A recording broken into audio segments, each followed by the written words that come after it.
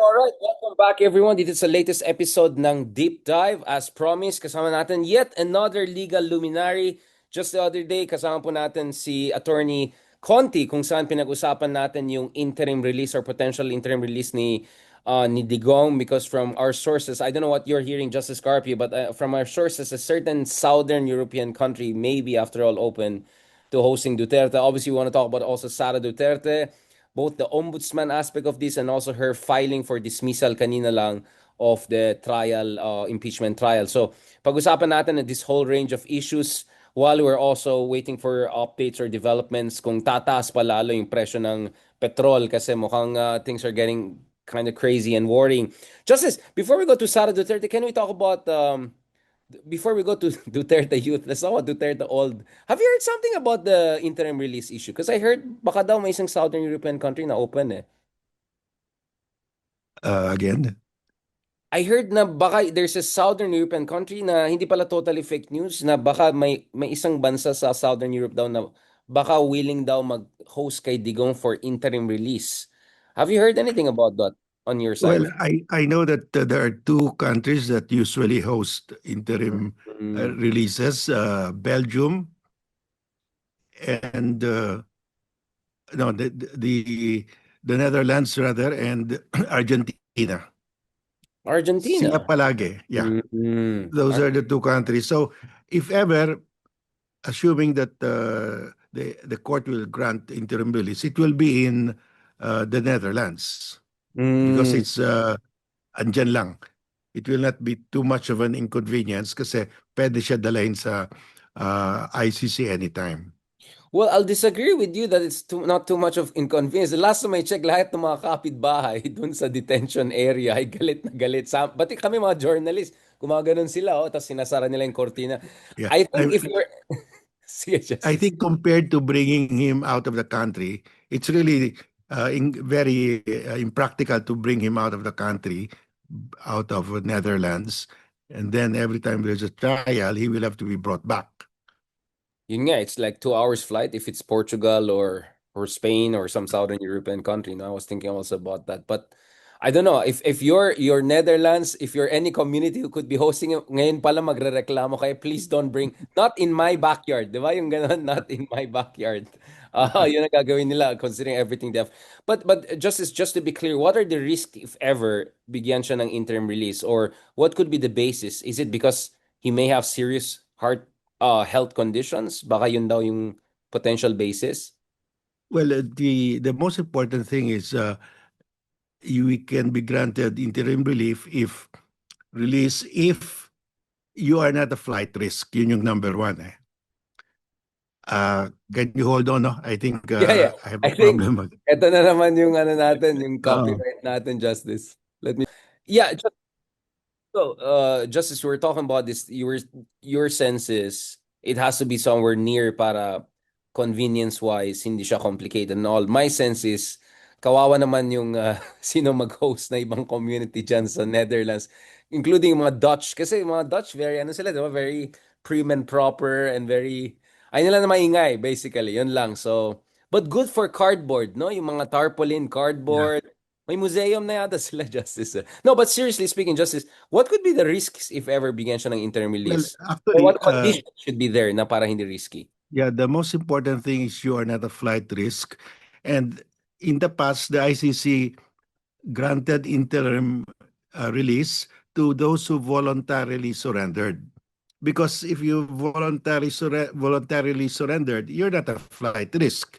But Duterte did not voluntarily surrender, and up to now he refuses to acknowledge the jurisdiction of the ICC. So he's really a flight risk. Plus the fact that he has the means to take a plane because he has friends who has planes, or he has funds to charter a plane. So yung flight risk is there.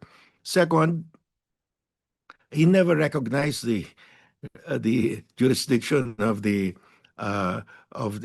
ICC. So how can you release somebody who doesn't even recognize your jurisdiction? Talagang tatakbo yan.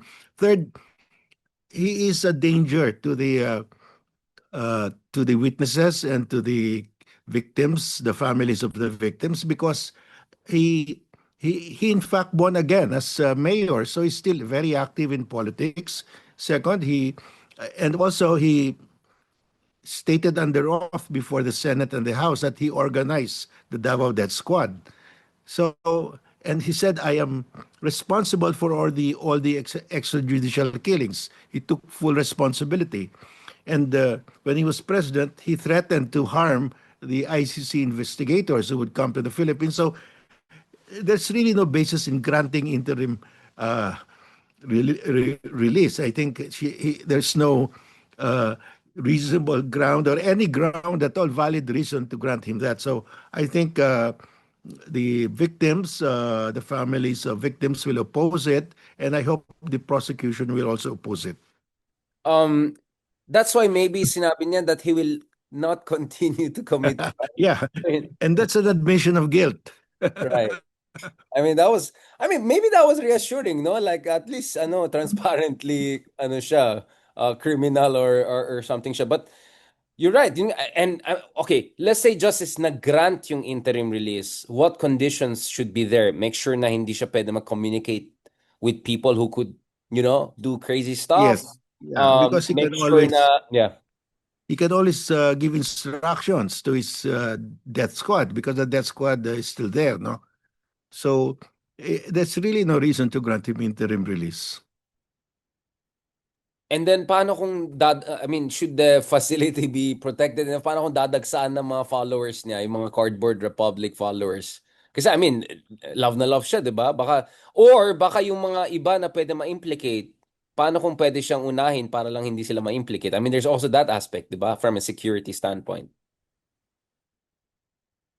Yeah, there's so many complications. The, as you said, is those who are co-accused with him or maybe accused with him uh, will probably not be happy about it. So I really don't see any valid ground to grant interim release. Although I would say justice, siguro hingi sila ng malaking bail and then magkakaalaman kung mayaman na mayaman talaga sila. No? Lagay mo kunyara, 5 billion pesos bail. Tapos, sure, cash! Ayan. Di ba? Dapat ganun ang gawin na ICC. Itatrap sila, no? Entrapment. Para malaman natin gano'ng kayaman si Digong. Di ba? Hindi ako flight risk. I'm willing to put 5 billion pesos na gano'n. Hindi kaya pwede gawin ng ICC yan, Justice. Entrapment. Well, normally, the bail must be reasonable. So I I don't think that that should be the case. He should just remain in detention in The Hague. The now Justice, let's talk about Duterte Young naman. Kasi Duterte Youth Band na eh. So Duterte Young naman tayo ngayon. Si Sara, so kanina lang she filed a motion to basically dismiss it. So that means ayan na naman, kutspa, bola, bragadocha lang yung bloodbath niya. Yung pala takot, parang mukhang takot siya sa trial. Having said that, it looks like it's not just the Senate she's hoping to protect her or shield her, assuming Jesus Cordero and the gang will be there. Nor is she just relying on her defense team. Ilang bang lawyers ng Fortune firm? 16 ba? But she's also allegedly, and this is what attorney Leila De Lima, Representative Leila De Lima was saying the other day, maybe they're also looking at an 11th hour sabotage via Ombudsman office. Can we expound on that? What is the jurisprudential basis? What is the legal basis for a potential Ombudsman sabotage? And what are the scenarios here and how to avoid the worst case scenario, Justice? Well, the Constitution says the sole power to impeach is Congress. It rests, but power resides in Congress. The sole power to impeach. So any impeachment case filed by any government official or any citizen must pass through Congress, because it's only Congress that can file the articles of impeachment with the Senate. Now, despite that statement in the Constitution, Congress authorized the Ombudsman to conduct an investigation of impeachable officials. And it says here, only uh, for the purpose of filing a verified complaint for impeachment. So the ombudsman is authorized by law because the sole power rests with Congress, but to investigate whether there is probable cause, Congress has authorized the ombudsman to conduct also an investigation. So the ombudsman can conduct investigation, but submit its findings to the Senate, to the House, because that is a delegated power of the House, and it's only the House that can file the articles of impeachment in the Senate. So the ombudsman, okay, you are authorized by law, by Congress. You've been granted the delegated authority to conduct an investigation whether there are grounds to file an impeachment case against an impeachable officer.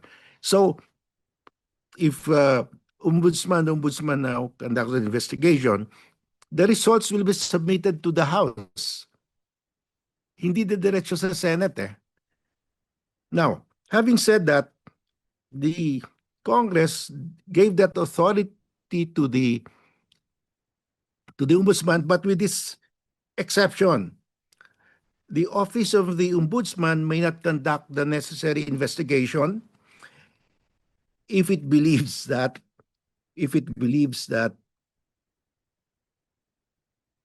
the complainant, that is the House, has an adequate remedy in another judicial or quasi-judicial body. So the ombudsman cannot conduct an investigation of an impeachable officer if the House has another remedy. In the case of the situation of VP Sara, the House already submitted it to the articles of impeachment. So the ombudsman, who is just empowered, an authorized agent of the House to conduct an investigation, cannot reverse the House. The House Right. already decided eh. So my position Cannot is, countermand the House because yeah, it was just deputized by the House. yeah, Basically, auxiliary siya sa it process. was just given a delegated authority, but the House itself exercised that authority. So the one who is given that authority cannot exercise that authority anymore because the House is the principal. Agent lang yung ombudsman. If the principal acted already, wala na. Hindi na pwede mag-act yung agent, di ba? So, because the House already acted on this very case, the same articles, the ombudsman has no more jurisdiction. That's my opinion. Because delegated authority lang ito. Because the Constitution says the power to file an impeachment case is an exclusive power of the House. So kahit anong gagawin ng ombudsman, hindi siya pwede dumiretso sa Senate and file the articles of impeachment. Dadaan siya sa House. But the House already acted. Dapat hindi na siya gumalaw because the House already acted precisely. So, klarong-klaro, he cannot act anymore if the House has already acted. So, that is the charter of the ombudsman. He cannot act anymore because his principal, the House, which is the exclusive power to file the articles of impeachment, already acted. Hindi niya pwede i-reverse. The train has left already, yeah, and the principal has already made a Yeah. decision, has moved on. Now, having said that, Justice, so that is the sensible interpretation of the jurisdiction or lack thereof of ombudsman in this case. But so what is the basis, or okay, what is the invoked basis for ombudsman to just in case come and allegedly sabotage this? Ano bang angulo nila? Anong Well, basis daw nila? Yeah. because what he will do, he will conduct an investigation and then say, there is no ground to impeach. Sara will use that. Although the ombudsman, the ombudsman will submit those findings and recommendation to the House. The House will say, tapos na kami dyan. You cannot file that. But then Sara will have a document to bring to the Senate, and or even the Ombudsman already said there is no ground. So panggulo yon. But really, the Ombudsman has no jurisdiction. He's not acting properly if he will continue with the investigation. So basically, pwede Ozron saboteur dito and basically working beyond his mandate, right? So what could be the remedy or countermeasures constitutional? Could you hold the ombudsman accountable after he steps down? Because he's going to step down very soon, right? This is like 11th hour and 59th minute, di ba? Like in coming weeks, magkakaroon dapat tayo ng bagong ombudsman. Could there be a Well, retroactive case filed against him if he's deemed to be abusing his power? well, the first thing is the House should inform the Ombudsman that you are not supposed to conduct an investigation anymore because we have already decided on this matter. You are just our agent here because the exclusive power is with the House pursuant to the Constitution. Paras pala tayo may colds justice. Baka naghawaan tayo over Zoom. Meron siguro digital virus. Justice, thank you again for giving your time. No, paras tayo under the weather. So I'll not stretch this too much. But I'm just wondering, pwede bang pananagutan yung ombudsman kung nag-abuso siya ng power niya? Is there any remedy there just in case to make Yes, him think twice? Yeah. any of the prosecutors can go to the Supreme Court to ask the Supreme Court to direct the Ombudsman to stop the investigation. And you're And optimistic. there's a very strong ground. Nakalagay doon sa charter niya eh. He may not continue with the investigation if the complainant, the House, has another remedy. In fact, nag-file na yung House eh. Tapos na eh. So basically, he cannot countermand or supersede or Yeah. basically sabotage, right? Kasi Yeah. ano lang siya eh, delegate, was just delegated that authority by the House. Deputized lang siya. Justice, okay, so again, we're going back to the Supreme Court again. So ideally, Justice, what should the Supreme Court do for the 20th Congress para sigurado in this trial will happen? Are you also of the view that the Supreme Court should be part of the trial? Although some would say this is vice president, not the president, so it's not clear. And what are your real expectation, realistic expectation, given the reality of the balance of power? I don't know, whatever, or balance of opinion rather, among your former colleagues, John, sa Supreme Court. What are the Well, scenarios? first of all, on that, on the matter of who will preside, it's very clear in the deliberations of the Constitutional Commission that the Chief Justice of the Supreme Court will preside only if it is the president who is being impeached. All other impeachment cases will be presided over by the Senate President. Claro yon. They clarified that provision. So I don't think there's any dispute on that. And you're optimistic that the Supreme Court will swiftly enough, I don't know, not intervene, but nudge this in the right direction, meaning to make sure that the trial, kasi obviously Sarah is gonna do all sorts of pusit games, right? Pull all the levers of influence she may have in different branches of the state. Not to mention, yes, paalis na yung iba, pero nandun pa rin yung ibang membro ng the great, the amazing 18 who basically shielded her in the outgoing Congress. I mean, what are you looking at in terms of how Supreme Court can make sure na basically hindi pa ulit-ulit na Chizo Escudero style or hindi mangyari yung sinasabi ni Tolentino na de facto dismissal? Well, there are two issues that are crucial in the Supreme Court pending already. One, whether there will be a crossover, whether the trial can cross over to the next Senate. And I believe it can cross over because in the provision of the Constitution on impeachment, nakalagay doon, a, a public official shall be accountable to the people at all times. So the accountability cannot be extinguished by legislative calendars. That's the first issue. The second issue is the 1 year bar.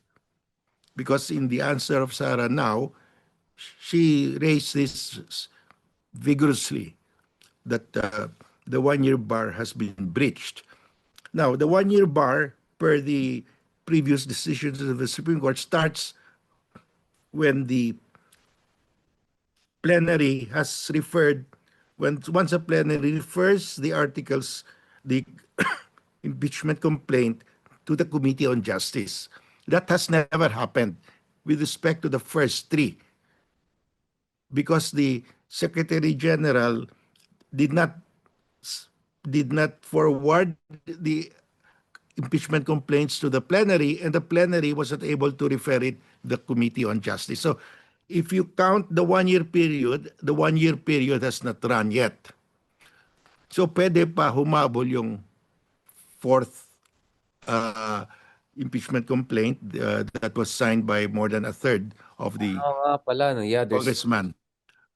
However, sinasabi nila ni the lawyers of Sara are saying that the act of the Secretary General in not referring the impeachment complaints to the plenary violated their rules, the impeachment rules, because it says there the Secretary General should immediately refer the impeachment complaint. Andito na naman tayo. What is the meaning Exactly. of immediately? So, Wait na naman. so does it mean forthwith, or does it mean as soon as reasonably possible?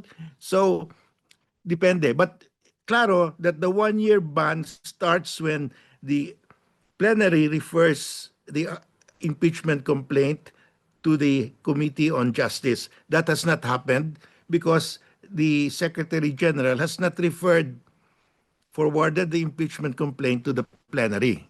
So the 1 year period has not run. Now, is the act of the Secretary General binding on the plenary? I mean, can you fault the plenary because the Secretary General sat on the impeachment complaint longer than necessary? So this will be decided by the Supreme Court. And Justice, how do you assess? Kasi since last time we talked, hindi na si Chus Escudero yung nag-trending that much. Alam mo, ang nagte-trending ngayon, yung spokesperson ng Senate. Well, just when we thought we have seen the bottom of the like, that openly inaccused siya as basically lawyering daw for Sara rather than actually just being the spokesman for the trial body that should be convened by the Senate. What is your read of that angle of criticism? I have no idea who is this person. Ginugal lang namin ng isang araw. Sino to? Tinanong ko sa mga ibang abogado, kilala na ba to? Sino ba yan? Parang PR lang daw tong taong to eh. Parang, hindi naman ba attorney level PR, pero, I don't know, Justice, is that person lawyering for Sarah? What's going... Well, I do not know. But if you read the answer of the lawyers of Sara that they filed today, they raised the very issue that Senator Bato and all the other senators raised. Exactly the same. The 1 year bar. So, So Batorni nga, talagang si Batorni. Bato and the other senators lawyered for Sara, pretty much inunahan nila, and Talagang, Sara just so copy-paste. they So they apparently lang they nga, so si Bato argued. can work in the firm? Does that mean Bato can work in the Fortune firm? Kasi mukhang paras ang legal analysis nila. Pwede siya maging consultant.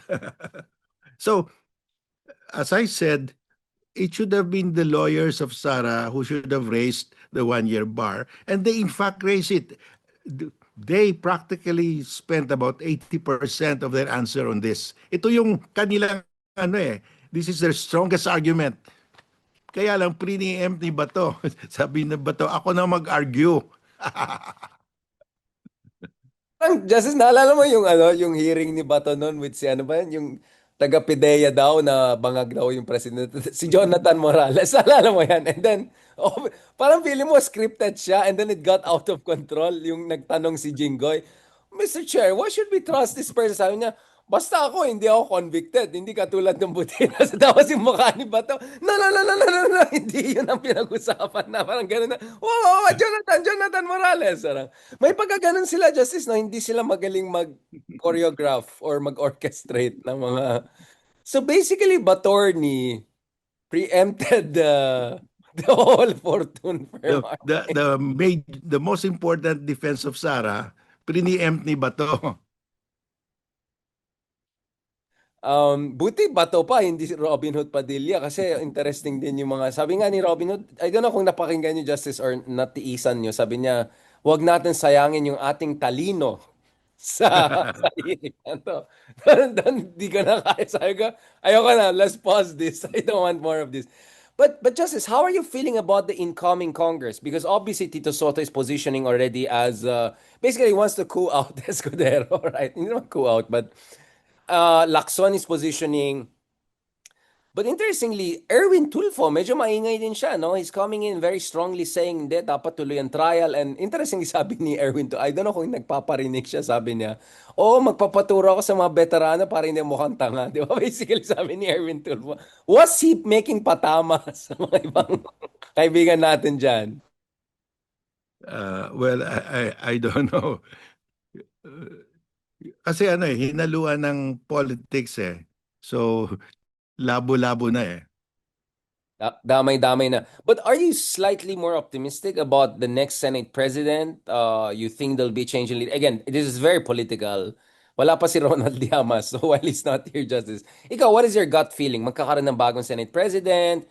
More momentum? Kasi obviously, papasok na si Mark Oleta, andyan pa rin si Baton Bongo, papasok si Amy Marcos ulit. I mean, yeah. I mean, but given that, are you still slightly more optimistic there could be more momentum in the 20th Congress?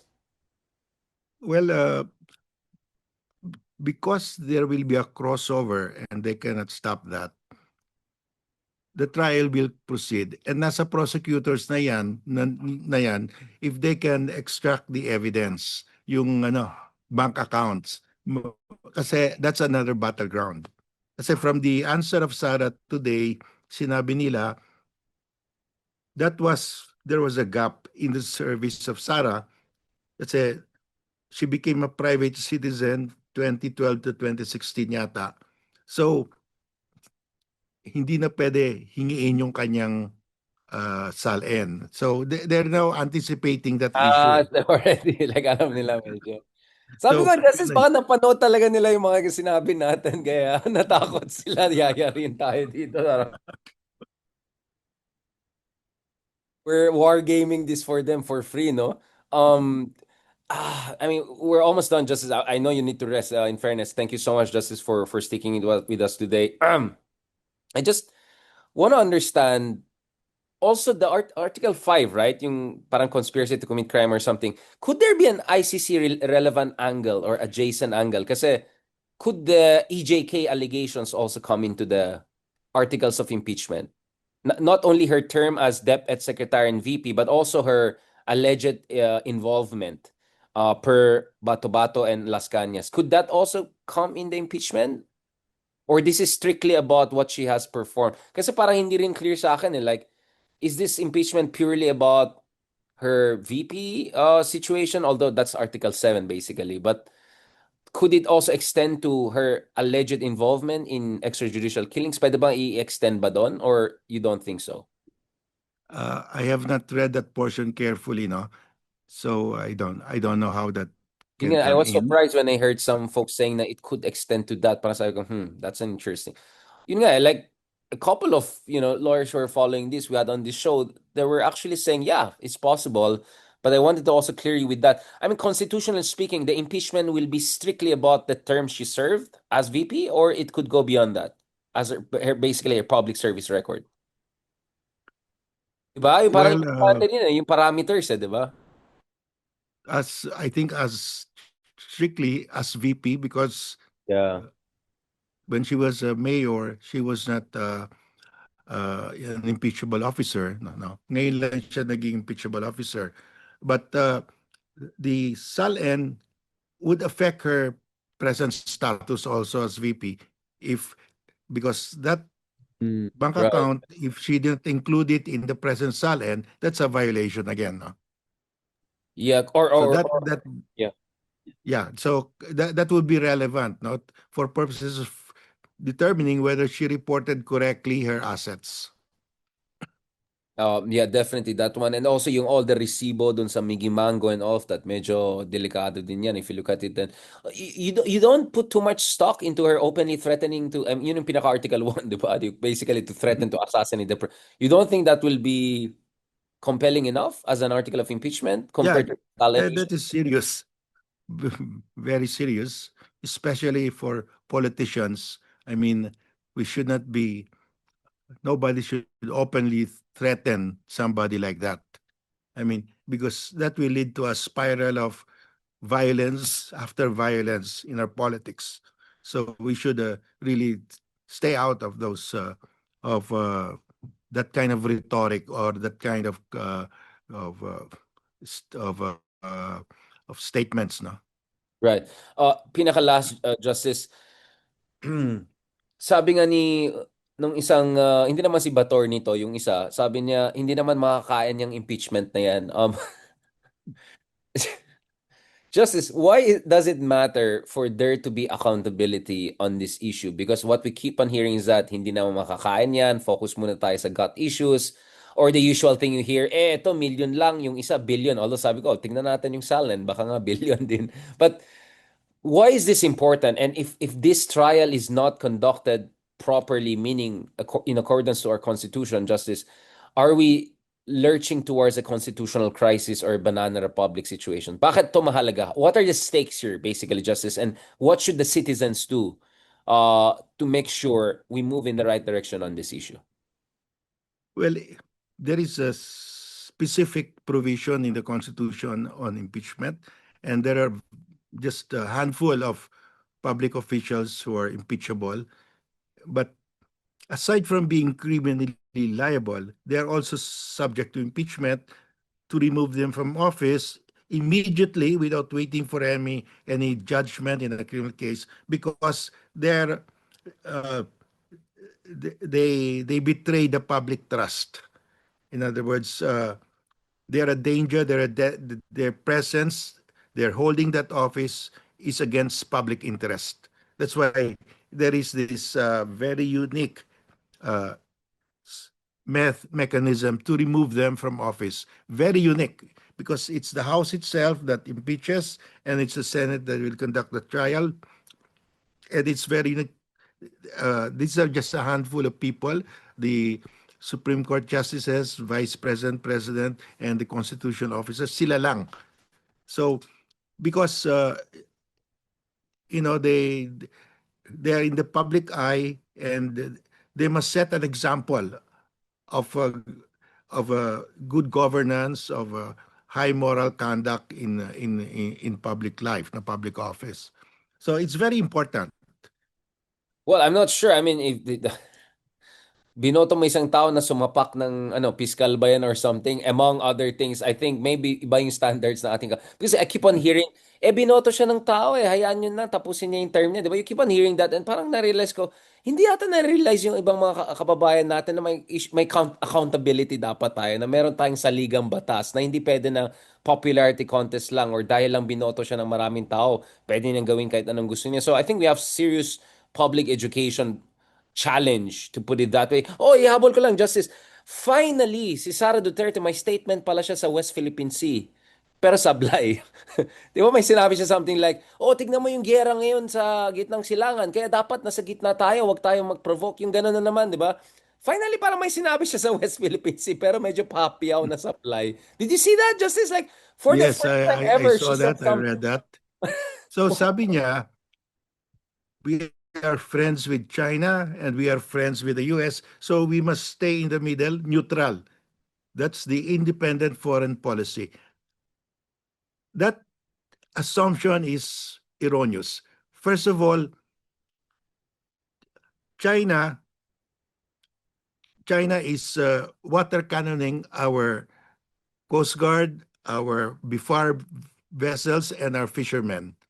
Binanggo nila yung Melchor Aquino Coast Guard natin, nabutas, I don't think a country that does that is our friend. Sabi niya, friend raw, equally, they are China and the US are equally our friends, so we must stay in the middle.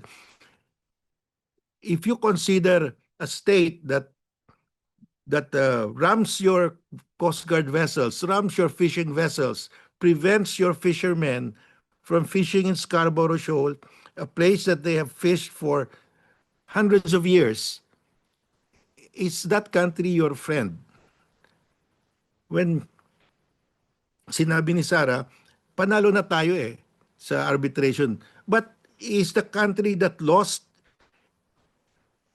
when that country says that arbitral award you won is a scrap of paper, we will not honor, we will not implement that. Is that country your friend pag ginawa kang ganyan? China sends its maritime militia vessels in the territorial sea of Pag-asa. Pag-asa is our island. It is our largest island that we occupy in the Spratlys. Pero every day andun sila sa territorial sea, 12 nautical miles. Do you consider that kind of behavior, the behavior of a friend? So yung kanyang assumption, kaibigan natin yung China. Kaibigan ba natin ang China na Baka kaibigan sinasakop nila. 80%? Baka kaibigan nila. 80% of our exclusive economic zone, kaibigan ba natin yan? And you cannot, ang kaibigan mo, yung tumutulong sa inyo. Sabi niya, dapat we should not interfere in the quarrel of China and the US. We are not interfering. Ang ginagawa ng US, tinutulungan tayo to defend the West Philippine Sea. That is not the quarrel between China and the US. Quarrel natin yan. Between China and the Philippines, inaagaw ng China yung ating exclusive economic zone. Tinutulungan tayo ng US. We are not interfering in the dispute between China and US. It is the US that is helping us against China. Bakit sasabihin niya na pag tumulong ang US sa atin, we are siding with the US against China in their geopolitical battle for supremacy? Nothing to do. Ang atin, yung what we are safeguarding are our maritime zones and island territories in the West Philippine Sea. Inaangkin. In fact, China is grabbing it. Kinuha na yung Mischief Reef, kinuha na yung Scarborough Shoal. We are just trying to defend what belongs to us. And sabi ni Sarah, we are already siding with the US. I don't see the logic. How can you say that China is our friend? Binutasan nga yung Coast Guard vessel natin Baka So, kaibigan nila. Baka kaibigan parang natin. sab parang this is the extension of what President Duterte said. I love Xi Jinping. Kahit na sinasakop na, inaagaw na yung ating mga mga isda natin, I love President Xi Jinping pa rin siya. Si Sara naman, China is my friend. Kahit na inaagaw ng China yung ating isla, ang ating karagatan, all our fish, oil, gas, inaagaw na, China is our friend. Yun ang position niya. Yun ang unconditional love, Justice. It's called unconditional. Well, thank you for that, Justice Carp. I really appreciate it. Ako na, to be honest, I'm really worried about rules-based international order. I mean, siguro sasabihin na, buti nga hindi tayo binabunker buster lang ng kung sino-sino. But my point is like from Russia to Middle East and West Philippines, I'm really worried about the erosion of the rules-based international order. And binalikan ko ulit yung favorite book natin, Justice, The Internationalist, no?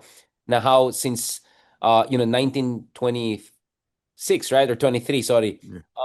We have come a long way in making sure war is not seen as a legitimate means of foreign policy or resolving problems or dictating on others. So honestly, I'm very worried with how things are going, and I hope there'll be no quagmire or major war in the Middle East because pag mabog down na naman ang US dyan, ma-expose na naman tayo dito kasi China will have more leeway. So that's why I'm saying people have to watch out also for that possibility down the road. And that's why sana matapos na itong gulo na to sa ating Pilipinas at the guilty people are held guilty. And sana we can come together, Justice, we need more unity. Not unity, but more unity, no? Kasi it's a Yes, dangerous and uncertain world. yeah, I agree. We are at a critical juncture because the rules-based system is now being overturned, and it looks like that we have lost the champions of the rules-based international order, and we have to, because I just came uh, from uh, from KL and Singapore and Jakarta, and ganyan din ang thinking nila na that we have to preserve the rules-based international order because as middle powers, that's how we protect ourselves. We don't have nuclear weapons. Otherwise, we'll have to develop our own nuclear weapons. And if everybody has nuclear weapons, talagang magkaka-nuclear war. All wars will be nuclear. Yeah, I'm glad, Justice, you were talking to our friends in Malaysia and Indonesia. For them, all they see is Western hypocrisy and double standards. No, like, oh, you come and lecture us on Ukraine, Russia. Now you see what we're doing. And so I think we have to talk more with our fellow ASEAN, fellow Asian countries, and we have to make sure, I don't care, it's Western, Eastern, we have to call out anything that erodes international law or is a double standard. But you're right. The good news, di ba, Justice, at least we are a middle power. Hindi tayo pitsugin na bansa. We have an Mm, agency. mm, We have strategic agency and we have to mm. work with other middle powers to put this together. Napansin ko, Justice, nung minention ko yung West Philippine Sea and Sara, West Philippine Sea, biglang nagkaroon ka ng second wind. Ah. Kanina medyo naiinis ka na yata sa ombudsman discussion natin. Pero nung sinabing West Yeah. Philippine Sea, oh, bakit? Ano yun?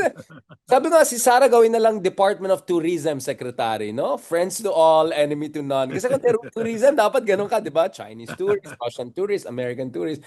Pero hindi pwede sa national security matters yan. You cannot be friends with those who act like enemy, right?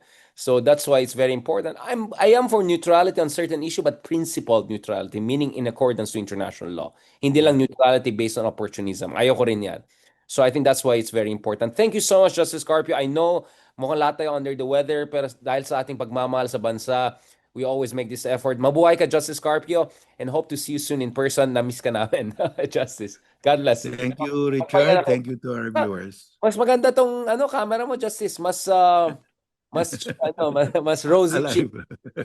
Alive. Exactly, mas Okay. rosy cheek. Oh, salamat. God bless mo. Thank you Thank so you. much.